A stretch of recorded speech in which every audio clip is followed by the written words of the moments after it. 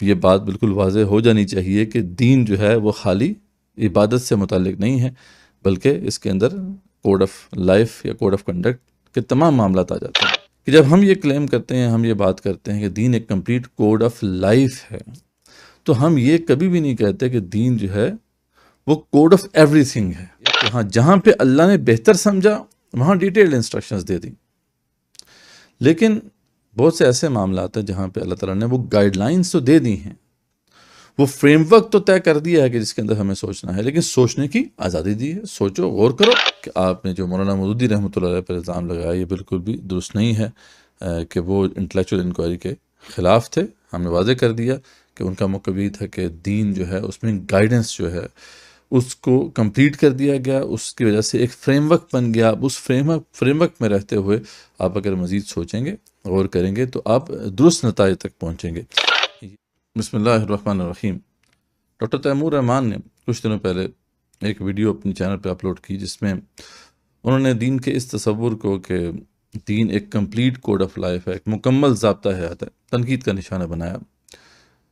اس سے پہلے بھی وہ اس طرح کی ویڈیوز جو ہیں وہ اپلوڈ کر چکے ہیں. اس سے پہلے جیسے کہ اسلام کے اکنامک سسٹم کے اوپر انہوں نے اعتراض کیا تھا. بہرحال اس دفعہ جو انہوں نے بات کی ہے اس میں لگ یہ رہا ہے کہ وہ اب سیکھنا چاہتے ہیں، اس حوالے سے سمجھنا چاہتے ہیں. اس کے ویڈیو کے اینڈ میں انہوں نے بالکل کہا کہ میری یہ جو انڈرسٹینڈنگ ہے وہ میرے اپنے مطالعے کے اوپر بیس کرتی ہے، میں غلط بھی ہو سکتا ہوں. اور انہوں نے یہ بھی بات واضح کی کہ وہ چاہتے ہیں کہ اس حوالے سے ایک ڈیبیٹ اوپن ہو، ایک ڈائلاگ اوپن ہو. ایک آخری بات ہمیشہ کی طرح کہنا چاہوں گا کہ میں عقل کل نہیں ہوں، میرے پاس حرف آخر نہیں ہے. اپنا دماغ کھپایا ہے ان چیزوں پہ، اپنے ابہام قرآن کی روشنی میں صاف کرنے کی کوشش کی ہیں. مجھے تو جو ہدایت ملی ہے قرآن کو لفظ بلفظ پڑھ کے اور مختلف تفسیر کو پڑھ کے، وہ میں نے آپ کے سامنے بیان کر دی ہیں. شاید میں ان میں مکمل طور پر غلط ہوں. اگر غلط ہوں تو خدا را آپ سے یہ اپیل کرتا ہوں کہ مجھ سے ناراض نہ ہوئیے گا، مجھے بھی اپنی رائے بھیجیے گا، مجھ پر فتویٰ نہ لگائیے گا، بلکہ مجھے اپنی آرگیومنٹس دیں، اپنی دلیل دیں. میں بھی سننا چاہوں گا. شاید مجھ سے کہیں پر غلطی ہوئی، اور اگر غلطی ہوئی تو میں اپنی غلطی کا اعتراف کرتے ہوئے سیدھے رستے پر، صراط مستقیم پر آنا پسند کروں گا. بہت شکریہ. اچھا، جو سابقہ ان کی ویڈیو تھی اسلامک اکنامک سسٹم کے حوالے سے، جب اس پہ کافی اعتراض اٹھے تو ایک بعد میں کسی پوڈ کاسٹ میں انہوں نے یہ بات بھی کی کہ وہ اس حوالے سے سمجھنا چاہتے ہیں، سیکھنا چاہتے ہیں. تو ہم سمجھتے ہیں کہ یہ ہم ویلکم کرتے ہیں ان کی اس بات کو کہ واقعی اگر یہ مقصد ہے تو یہ تو ایک اچھا مقصد ہے، اور ہم چاہتے ہیں کہ واقعی اس حوالے سے جو کلیئرٹی ہے وہ ہونی چاہیے.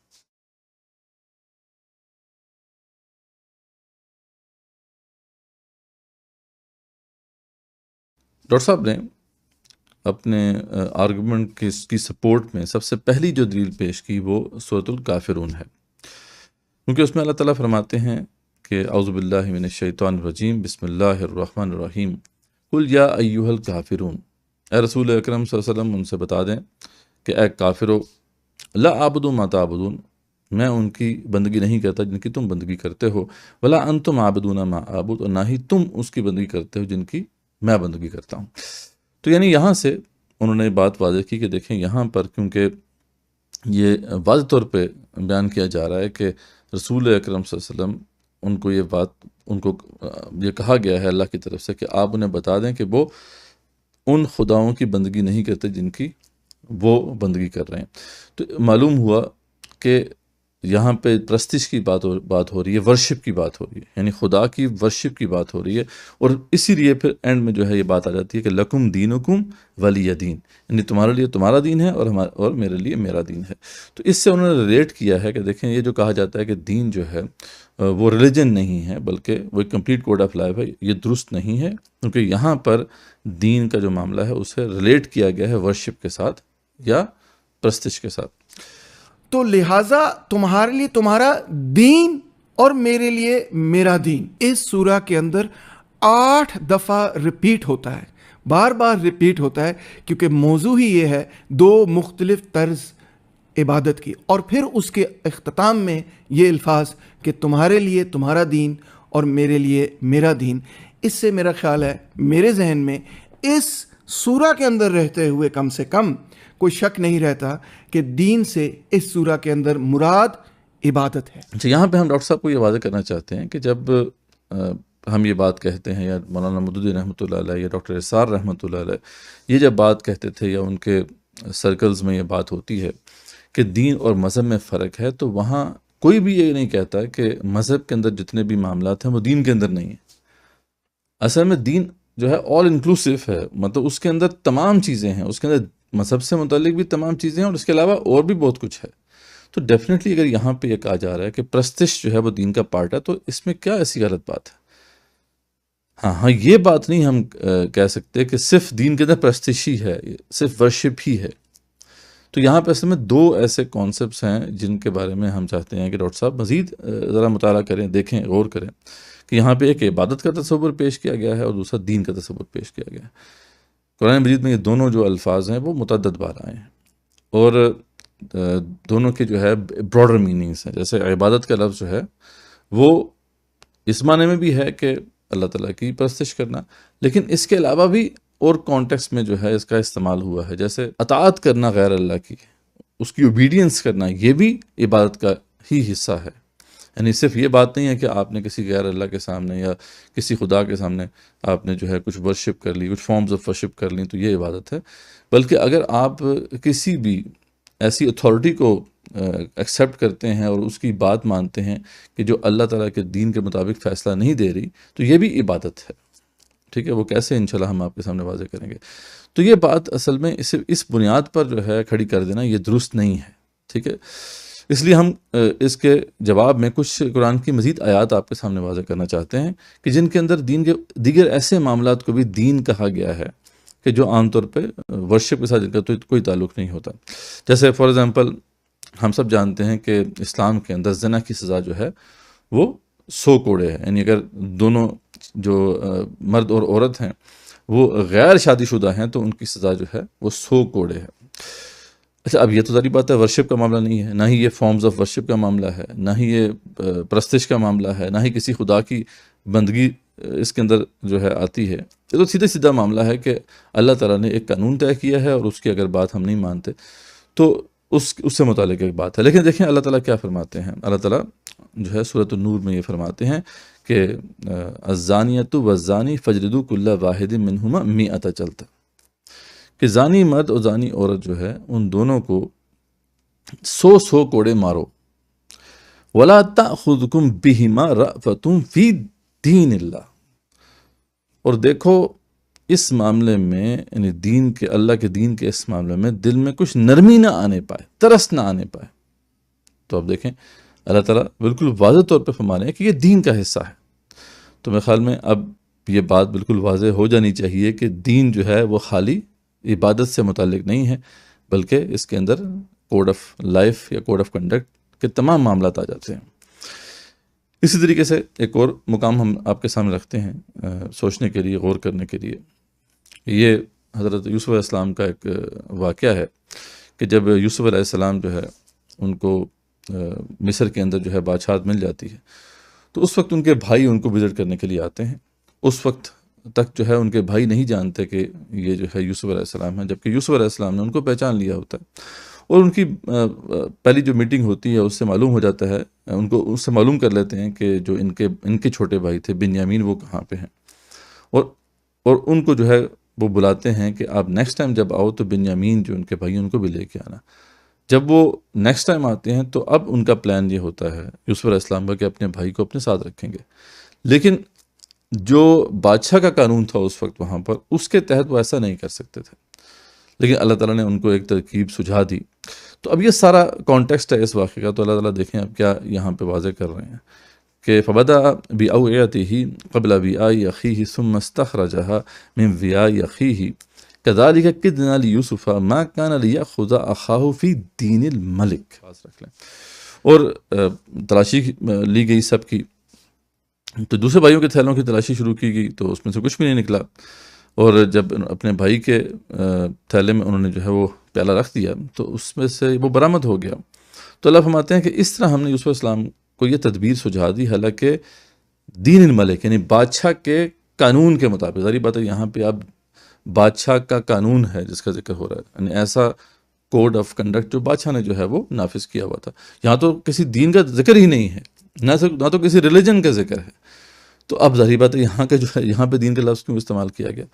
تو یعنی معلوم ہوا کہ دین سے مراد کوڈ آف کنڈکٹ کا ہوتا ہے کہ کوئی بھی ایسا کوڈ ہے جس کے مطابق جو ہے آپ نے فیصلہ کرنا ہے کسی کے بارے میں، تو اسے دین کہتے ہیں. تو یہ معاملہ جو ہے اب امید ہے کہ کلیئر ہو چکا ہوگا.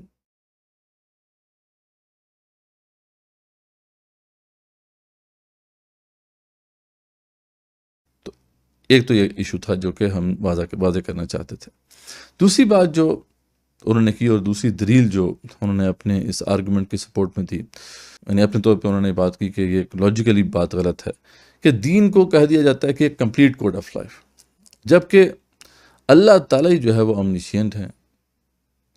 اللہ تعالیٰ ہی ہیں جو کہ ہر چیز کا علم رکھنے والے ہیں.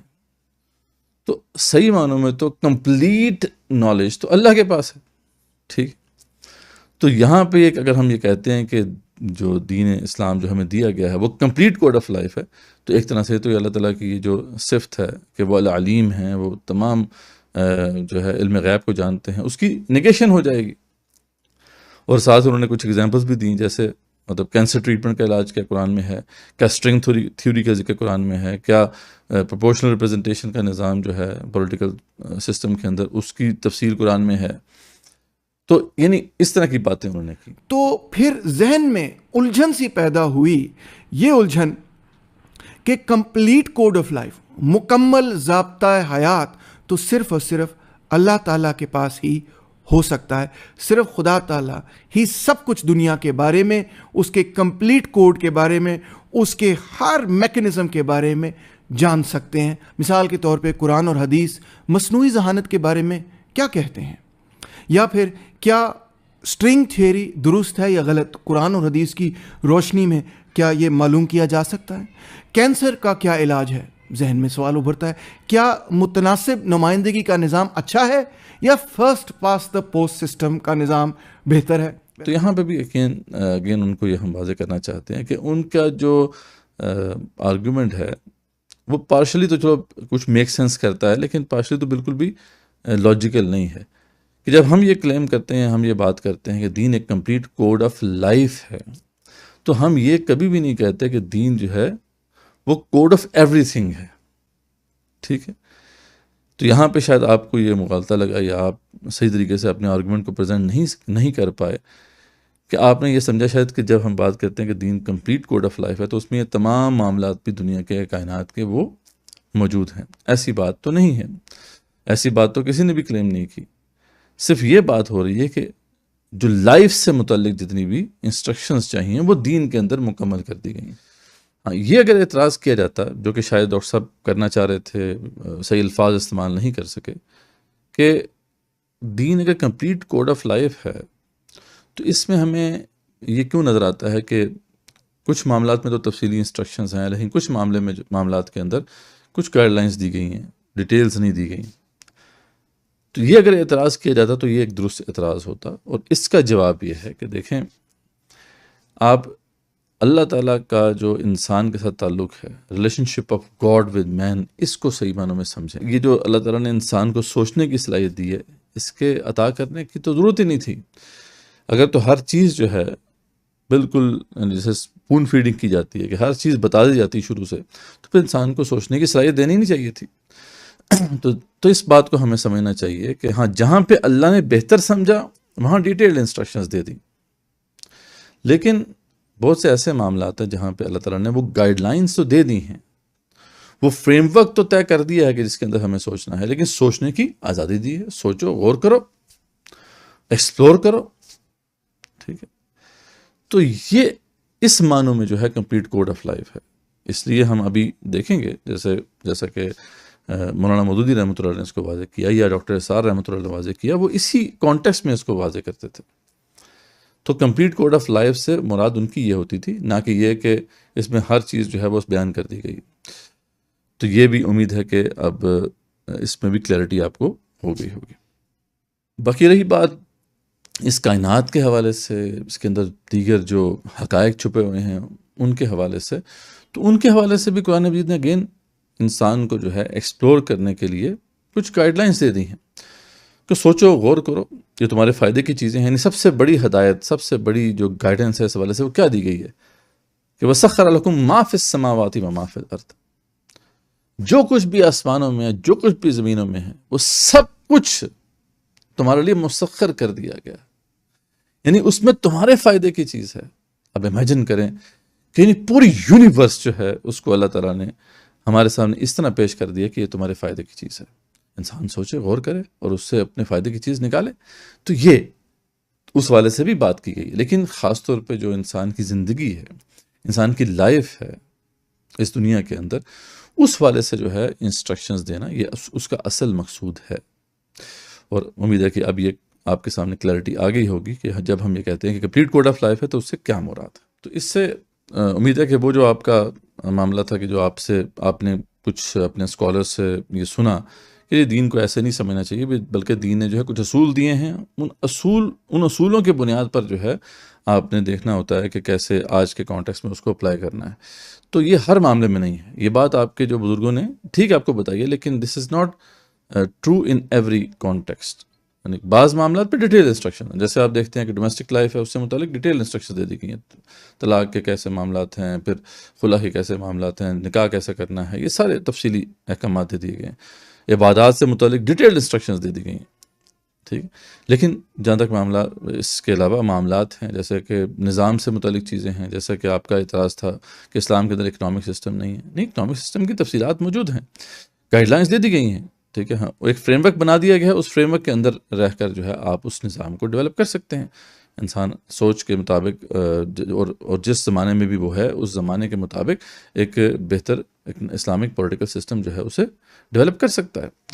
تو بعض معاملات میں گائیڈ لائنز ہیں، بعض معاملات میں ڈیٹیلڈ انسٹرکشنز ہیں. تو یہ بات جو ہے ہر جگہ پہ اپلائی نہیں ہوتی کہ صرف اصول دیے گئے ہیں. ورنہ تو ظاہری بات ہے کہ دین تو پھر ایک کھیل تماشا بن جائے کہ ہر بندہ جو ہے اس کا اطلاق اپنی مرضی سے کرتا پھر. اور یہ بات آپ کی درست ہے کہ اصولوں پر اگر اتفاق ہو بھی جائے تو اس کے جو کنکلوژن ہے، جو رزلٹ ہے، وہ ڈیفرنٹ ہو سکتا ہے.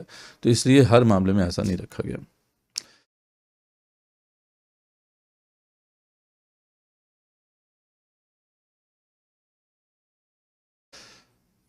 اس کے بعد آپ نے ایک بات بیچ میں کہی جو کہ جس کا کوئی کانٹیکسٹ سمجھ نہیں آیا کہ جو بات آپ کر رہے ہیں، جس ٹاپک کے اوپر آپ نے اعتراض کھڑا کیا تھا، اس سے اس کا کیا تعلق ہے. لیکن کیونکہ وہ بات غلط ہے اس لیے اس کی تصحیح کرنا ضروری ہے. وہی آپ نے کہی کہ جب محمد صلی اللہ علیہ وسلم کے بعد جو ہے بات مکمل ہو چکی ہے تو اب جو معجزہ ہے وہ بھی نہیں آئے گا. مطلب نبی جو تھے ان کی جو پہچان ہوتی تھی وہ معجزے سے ہوتی تھی، اور جتنے بھی انبیاء علیہ السلام آئے انہوں نے معجزات دکھائے، اور رسول اکرم صلی اللہ علیہ وسلم کا بھی معجزہ جو ہے وہ اب آ چکا ہے. اب اور کوئی نیا معجزہ نہیں آئے گا. تو یہ اس کا کیا تعلق تھا آپ کی پوری بحث کے ساتھ یہ نہیں سمجھ میں آیا. لیکن یہ بات آپ کو ہم یہ بتا دیتے ہیں، واضح کر دیتے ہیں کہ آپ کا یہ کنکلوژن تو درست ہے کہ تمام رسول جو ہیں معجزات کے ساتھ آئے. لقد ارسلنا رسولنا بالبینات، قرآن یہ کہتا ہے یقیناً جو ہے ہم نے رسولوں کو معجزات کے ساتھ بھیجا. اور رسول اکرم صلی اللہ علیہ وسلم کے پاس جو معجزہ ہے وہ ایک ہی ہے، وہ قرآن مجید ہے. لیکن جو اگلی بات ہے وہ آپ کی اس لیے درست نہیں ہے کہ شاید آپ کو یہ معلوم نہیں ہو اس حوالے سے کہ رسول اکرم صلی اللہ علیہ وسلم کو جو معجزہ ہے وہ اب تک قیامت یعنی یوم آخرت تک، ڈے آف ججمنٹ تک اب وہ زندہ معجزہ رہے گا. یعنی اللہ تعالیٰ نے یہ ایسا معجزہ دیا ہے جیسا کہ پہلے کبھی بھی نہیں کسی کو دیا. یعنی اس جیسا معجزہ آپ دیکھتے ہیں کہ کسی اور رسول کو نہیں ملا. جتنے بھی رسول تھے ان کے جو معجزات تھے ان کی زندگی میں ہی وہ معجزات ہوتے تھے، ان کی زندگی کے بعد وہ ختم کر دیے جاتے تھے. جیسے کہ موسیٰ علیہ السلام جو تھے ان کا وہ جو ایک مشہور معجزہ ہے کہ وہ عصا کو پھینکتے تھے وہ سانپ بن جاتا تھا، لیکن وہ ان کی زندگی میں ہی معجزہ رہا، ان کی زندگی کے بعد وہ ختم کر دیا گیا. اس طرح عیسیٰ علیہ السلام کے معجزات ان کے ہاتھ سے سرزد ہوئے، ان کی زندگی میں ہوئے اور ان کے بعد نہیں ہو سکے. لیکن یہ ہے کہ قرآن مجید ایک ایسا معجزہ ہے جو کہ رہتی دنیا تک معجزہ رہے گا. اور اس پہ چیلنج اللہ تعالیٰ کا یہ ہے کہ اگر تمہیں اس پہ ذرا سا بھی شک ہے، وَإِن كُنتُمْ فِي رَيْبٍ مِّمَّا نَزَّلْنَا عَلَىٰ عَبْدِنَا فَأْتُوا بِسُورَةٍ مِّن مِّثْلِهِ، اگر تمہیں اس بات پہ شک ہے جو ہم نے اپنے بندے پہ نازل کی ہے تو اس جیسی ایک صورت بنا کے لے آؤ، وَدُعُوا شُهَدَاءَكُم مِّن دُونِ اللَّهِ إِن كُنتُم صَادِقِينَ، اور اللہ کے سوا جن جن کو تم مدد کے لیے پکارنا چاہتے ہو پکار لو اگر تم سچے ہو۔ تو بہرحال یہ اس کو جو ہے کریکٹ کرنا بڑا ضروری ہے۔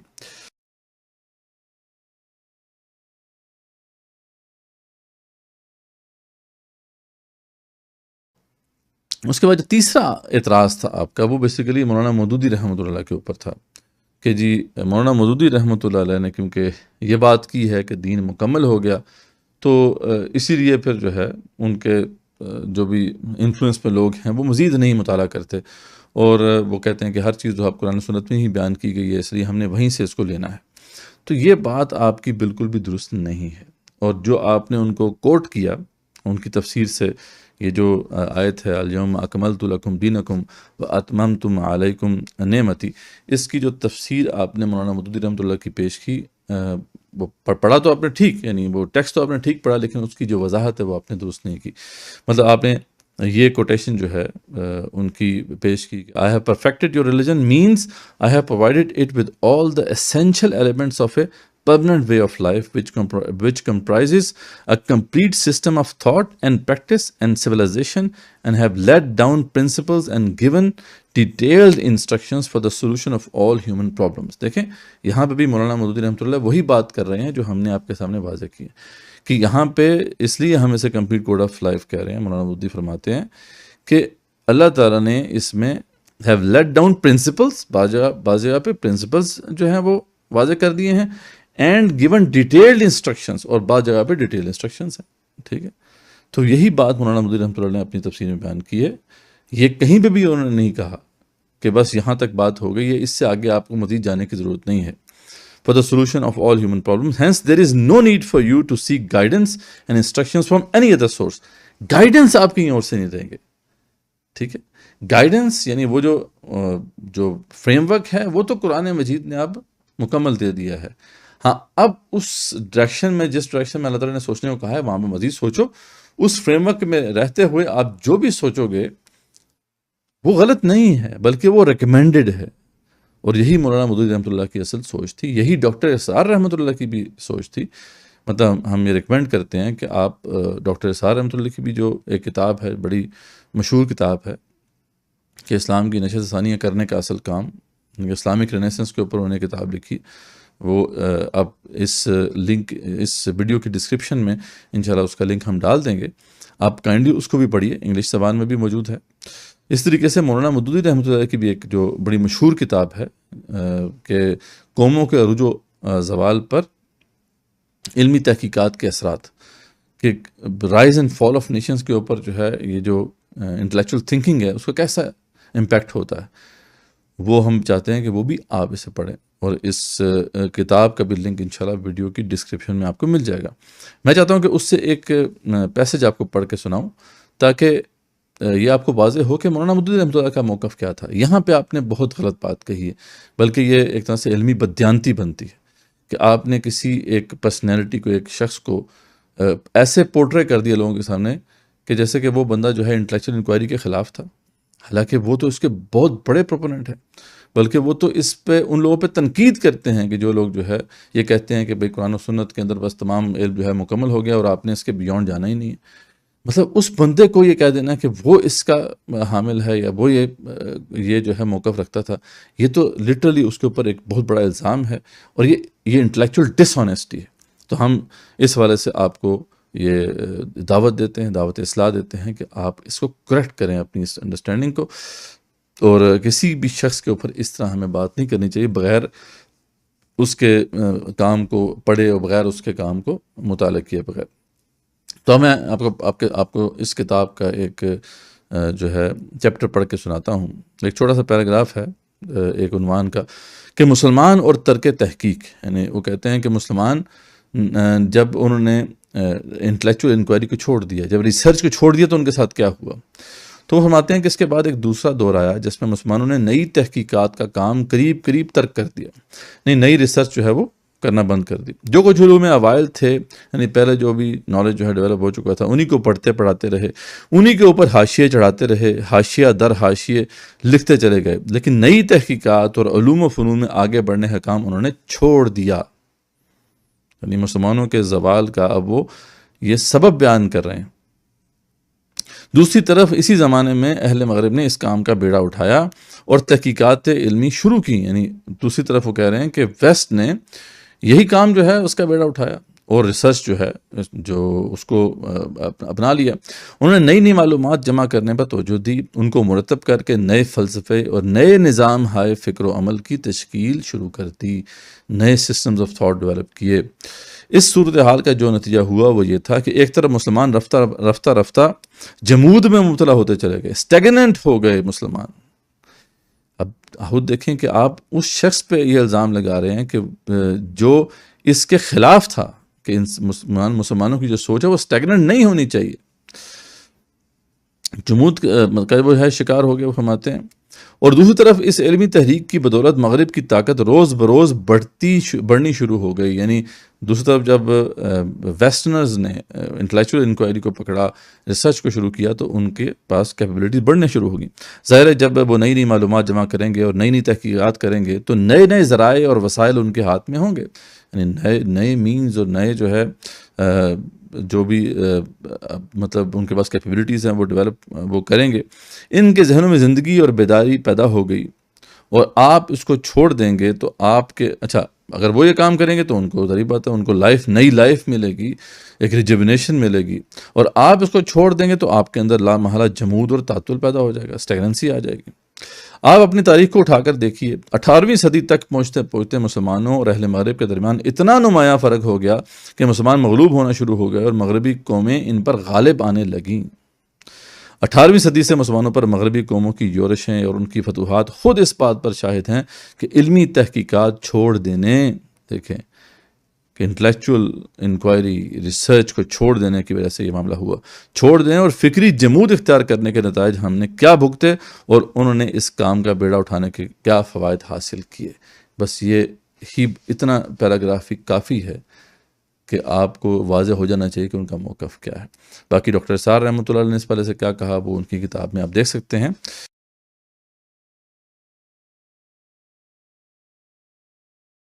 تو ان شارٹ یہ کہ جو پہلا آرگومنٹ ڈاکٹر صاحب نے دیا کہ سورۃ الکافرون کو پیش کیا آپ نے اپنے موقف کے دلیل کے طور پر, تو وہ درست نہیں تھا. ہم نے واضح کر دیا کہ دین ایک کمپلیٹ کوڈ ہے, اس کے اندر ورشپ کے بھی تمام معاملات آتے ہیں اور اس کے علاوہ بھی بہت کچھ ہے, اور اس کے حوالے سے ہم نے آیات آپ کے سامنے رکھی. یہاں پہ ہم ضمناً یہ بھی بات واضح کرنا چاہتے ہیں جو ڈاکٹر صاحب نے ایک اور ویڈیو میں پیش کی کہ جہاں پہ قرآن مجید کی کچھ آیات کا انہوں نے حوالہ دیا جہاں پہ دین اسلام کو دیگر ادیان سے کمپیئر کیا گیا. جیسے یہ جو مشہور آیت ہے سورہ آل عمران کی کہ وَمَن يَبْتَغِ غَيْرَ الْإِسْلَامِ دِينًا فَلَن يُقْبَلَ مِنْهُ, کہ جو بھی اللہ فرماتے ہیں کہ جو بھی اسلام کے علاوہ کسی دین کو قبول کرے گا تو اللہ تعالیٰ اسے ایکسیپٹ نہیں کریں گے. تو اس پہ انہوں نے یہ بات کہی تھی کہ دیکھیں اللہ تعالیٰ جو ہے یہاں پہ کمپیریزن کر رہے ہیں باقی ادیان کے ساتھ, تو اس کا مطلب ہے کہ باقی بھی جس طرح ریلیجن ہے تو اسلام بھی ریلیجن ہے. تو یہ بات ان کو ہم یہ بھی بات واضح کرنا چاہتے ہیں کہ بالکل یہ بات درست ہے کہ باقی بھی جو مذاہب جن کو ریلیجن بنا دیا گیا وہ اصل میں دین ہی تھے. اللہ تعالیٰ نے جو نازل کیے تھے وہ ادیان ہی نازل کیے تھے, وہ بھی کوڈز آف لائف تھے, لیکن بعد میں لوگوں نے جو ہے ان کو محدود کر دیا. اس لیے یہ تو ہم جانتے ہیں اور آپ نے بھی یقیناً اس کا مطالعہ کیا ہوگا کہ کرسچینٹی بھی ایک کمپلیٹ دین تھا, اس کے اندر بھی وہ تمام ہدایات موجود تھیں جو کہ انسانی زندگی سے متعلق تھیں, لیکن بعد میں ان لوگوں نے خود اس کو لمٹ کر دیا. یہ تو 16 سینچری میں مارٹن لوتھر کے بعد جو ہے یہ معاملہ ہوا کہ 2 کنگڈمز کا کانسیپٹ اس نے پیش کیا, اور بعد میں پھر یہ واضح ہو گیا کہ ہم نے اب جو ٹیمپورل کنگڈم ہے اس کو انسان اپنی مرضی سے چلائیں گے, اور جو ہیمنلی کنگڈم ہے وہ جو بھی اس کا پرنس ہے جیزس, اس کی انسٹرکشنز کے مطابق اس کو لے کے ہم چلیں گے. یہ بات درست ہے کہ باقی بھی ادیان تھے, لیکن یہ بات جو ہے اس بات پہ دلیل نہیں بنتی کہ اسلام بھی محض ایک ریلیجن ہے. دوسری بات جو آپ نے دلیل پیش کی اسلام جو ہے اس کو کمپلیٹ کوڈ آف لائف نہیں کہا جا سکتا, اس کی بھی ہم نے وضاحت کر دی کہ یہ کس معنی میں کوڈ آف لائف ہے، تو امید ہے کہ یہ وضاحت بھی سفائز کرے گی۔ اور تیسری بات جو تھی کہ آپ نے جو مولانا مودودی رحمۃ اللہ علیہ پر الزام لگایا، یہ بالکل بھی درست نہیں ہے کہ وہ انٹلیکچوئل انکوائری کے خلاف تھے۔ ہم نے واضح کر دیا کہ ان کا موقف یہ تھا کہ دین جو ہے اس میں گائیڈنس جو ہے اس کو کمپلیٹ کر دیا گیا، اس کی وجہ سے ایک فریم ورک بن گیا۔ اب اس فریم ورک میں رہتے ہوئے آپ اگر مزید سوچیں گے، غور کریں گے، تو آپ درست نتائج تک پہنچیں گے۔ یہی فرق ہے مولانا مودودی رحمۃ اللہ علیہ، ڈاکٹر اسرار رحمۃ اللہ علیہ اور ان جیسے جو لوگ ہیں ان کی سوچ، اور سید احمد خان کی سوچ کے اندر جو اختلاف ہے وہ یہی ہے۔ جیسا کہ آپ نے سید احمد خان کا ذکر بھی کیا، تو سید احمد خان جو تھے وہ تو اس کے قائل نہیں تھے کہ کسی فریم ورک پہ رہ کے ہم نے جو ہے وہ سوچنا ہے۔ وہ تو یہ سمجھتے تھے کہ ہمیں بس انٹلیکچوئل انکوائری کرنی ہے، اور جس نتیجے تک بھی ہم پہنچے ہمیں پہنچنا ہے، چاہے وہ دین کے اس فریم ورک کے خلاف ہی کیوں نہ ہو۔ جبکہ مولانا مودودی رحمۃ اللہ علیہ اور ڈاکٹر اسرار رحمۃ اللہ علیہ، انہوں نے جو تصور پیش کیا، انہوں نے یہ نہیں کہا کہ آپ نے انٹلیکچوئل انکوائری کو بند کر دینا ہے، آپ نے جو ہے سوچنا چھوڑ دینا ہے۔ انہوں نے یہی کہا کہ جو گائیڈ لائنس اور جو گائیڈنس دے دی گئی ہے، جو فریم ورک آپ کو واضح کر دیا گیا ہے، اس کے اندر رہتے ہوئے آپ نے سوچنا ہے، غور کرنا ہے، اور یہ ضروری ہے۔ صرف یہ نہیں کہ وہ ریکمینڈ کر رہے ہیں، بلکہ وہ یہ بتا رہے ہیں یہ دونوں کہ اس کو اگر ہم نہیں کریں گے تو ہم زوال کا شکار ہو جائیں گے، جیسے کہ اس وقت امت مسلمہ کا حال ہے۔ یہ بات درست ہے آپ کی کہ یہ سوچ ہمارے معاشرے میں ایگزسٹ کرتی ہے، لیکن بہرحال ان لوگوں کے اوپر یہ الزام لگانا یہ درست نہیں ہے۔ ہاں، روایتی طبقہ جو ہے اس کے اندر ایسے لوگ موجود ہیں کہ جو لوگ یہ اس کے پروپوننٹ ہیں، اور اسی کے خلاف مولانا مودودی اور ڈاکٹر اسرار رحمۃ اللہ علیہ جو ہیں وہ آواز اٹھاتے رہے۔ امید ہے کہ یہ وضاحت آپ کے بہت سے جو اشکالات ہیں اس کو دور کرے گی۔ ہم یہ بھی چاہتے ہیں کہ آپ ہمارے ساتھ پوڈ کاسٹ میں بھی آئیں، تاکہ 1 to 1 ہم بہت سی ایسی جو کنفیوژنز ہیں ان کو دور کریں، اور آپ کی آڈینس جو ہے ان تک بھی ہم جو درست اس کا کانسیپٹ ہے وہ پہنچائیں۔ جزاکم اللہ خیر۔